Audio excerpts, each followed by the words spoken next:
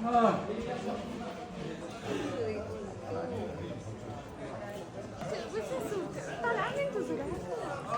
هنا الصغيرة من هنا الكبيرة.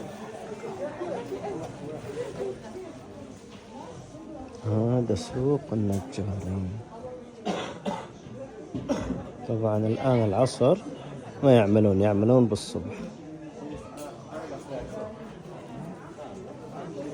فنون النجارة المغربية والزخرفة المغربية، الصناديق والأدوات والألعاب والميداليات والسبح كلها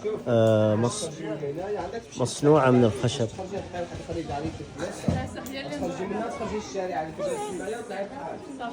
طبعا هذا معرض اللي فيه العمارية اللي يشيلون فيها العريس والعروس.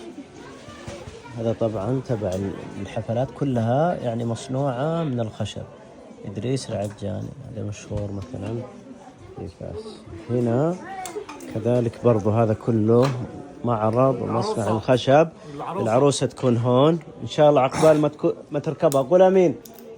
هذه العمارية اللي تكون فيها العروسة والعريس، في أشكال منها الشكل هذا وهذا، وهذه طاولات كلها مزخرفة.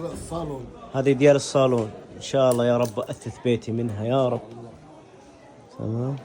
وهنا معرض برضو، هنا كاين نجارة وغيره، في فخار. شوف هذه بعض العلب هنا.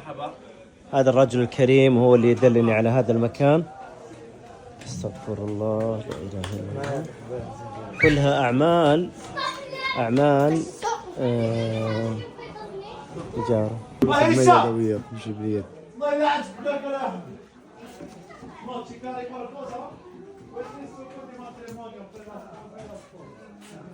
كلها أعمال.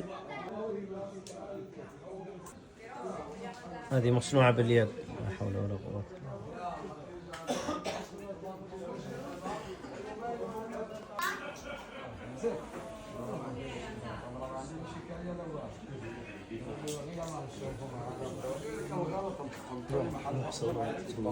اي زيوت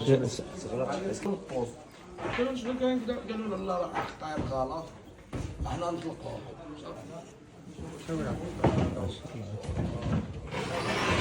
ما شاء الله تبارك الله يعطيك الصحة يا عمي، يبارك فيك.